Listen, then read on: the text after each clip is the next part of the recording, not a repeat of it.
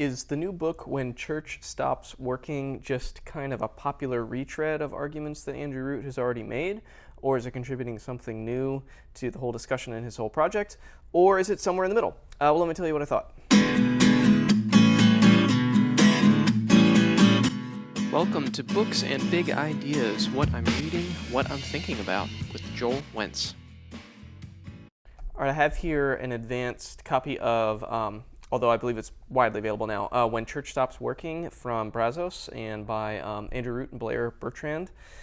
Before I get into my thoughts, I'm a huge, unabashed fan of Andy Root. I've interviewed him on the channel. I've made some videos on his books. I absolutely love his Ministry in a Secular Age project. So I'm coming into this with if you followed any of my videos, you'll probably know I'm having a pretty positive disposition towards this book.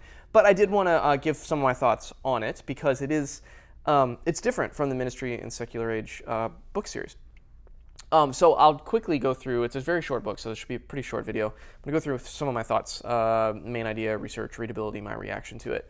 But the main idea of When Church Stops Working, it really is kind of a more popularized distillation of a few of the arguments from the bigger Ministry in a Secular Age series, which I have not even quite all of them, I have most of them right here in my hand, which again are books that I absolutely love. But this is, and they kind of put it right out there at the beginning of the book, that this is a more popular, more accessible, easier to read kind of look at some of the pieces of that bigger project. And specifically, it's kind of geared towards some distillation of those big cultural theory ideas, but also more of a practical, what are some practical steps that can be taken without the tension here is that they're trying not to give a one-size-fits-all 5 steps new programmatic effort, because that is part of the problem of the logics of the secular age, actually, is that we keep trying to do that, and that's part of their argument, is how to break out of that way of thinking, but still they're trying to be practical in the book.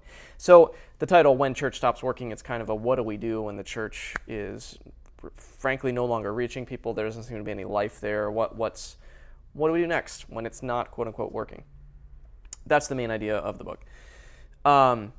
The research behind it, I have very little say on this because it's really not a research-driven book. There's like a handful of footnotes in the back, a handful of citations, but it's very much not supposed to be an academic project. And it's very clearly and obviously pulling on the research that Andy's already done in the Ministry and Secular Age books. So it's not really driven by that. That being said, there are a few things that you can pull on if you do want to go deeper dive. But frankly, if you want to do a deeper dive, just buy these books. Just buy the Ministry of Secular Age books, which are extraordinarily well researched and very clearly cited, and you can do all the research you want to your heart's content there. So don't go here for that. Go to those for that. Readability, next point, is very high. It's written, and I think it sounds like in the intro, at least Andy brought Blair in to help keep it at an accessible, readable level. I read this is a breezy book. I read it extremely quickly. It's very short. It's very pleasant to read. The style is pitched to be towards people who aren't deep in academia or deep in academic philosophical cultural theory reading, which is more of what Andy's other books are about. So super readable, not much to add there. Finally, my reaction to this is I liked it.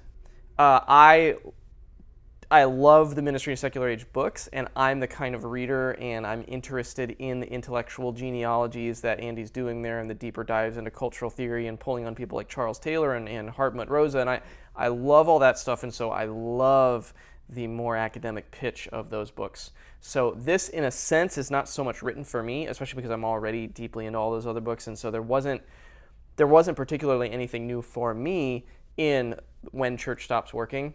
But I don't hold that against the book because I don't think that's what the book is trying to do, importantly. I think what the book is trying to do, it's very successful at, which is to take some of those threads from these other books, make them even simpler, even easier to understand and digest, and couple them with a few kind of case studies, story anecdotes of churches and church leaders, and a few suggestions for how ministry leaders might kind of posture themselves going forward. And to that end, the book does I think it's really great for that. Even if I didn't necessarily glean anything new or paradigm shifting from reading it myself. But I will say, as a pastor, it did actually give me some some practical ideas. So I'm still very glad I read it, honestly, because it added a few practical nuances to some of the things I had been chewing on for a long time from Andy's other work. So my reaction to it is positive, even if it's not, glowing like my reaction to the Ministry in a Secular Age series is. And I do want to say, I want to emphasize that I think I could, and I'm actually considering this idea, honestly, myself. I'm considering taking my ministry leadership team through this book, or at least maybe through a chapter or two of it, because of its readability and because of the challenging nature of some of the deeper ideas that are at play in it. I think this could be an excellent book to take a group of volunteer leaders through, particularly people who are kind of asking these questions, like how that are passionate about the health and the flourishing of the church in our secular context, and people that are passionate about that are going to, I think, really glom on to some of the stories and ideas that are in When Church Stops Working, and especially if they're people that you could not give copies of Andy's other deeper books to. This is an excellent entry point, and maybe it would spark curiosity towards some of those deeper works. And to that end, I just wanted to say that if you've read some of the Ministry and Secular Age books, the ones that in my view, the ones that this one mostly pulls on are the Churches in the Crisis of Decline, especially, and then also the Congregation in a Secular Age. I think these are the two in particular that, and the church after innovation a little bit. There's some challenge of innovation in there, but especially I would say those two are the kind of the primary pieces that this book draws on. And so I say that to say, if you read those and you liked those arguments in particular, you're going to see a lot of those ideas repopularized here. And if you didn't read those books, this might be a good way to get a little bit of a taste of those two arguments in particular. So those are my thoughts on When Church Stops Working. Thank you, by the way, I meant to say thank you to Brazos for sending me that advanced reading copy of it. I'm a really huge fan of this whole project in general, and so I will gladly continue to read books that Andy keeps putting out and that Brazos keeps supporting in this line.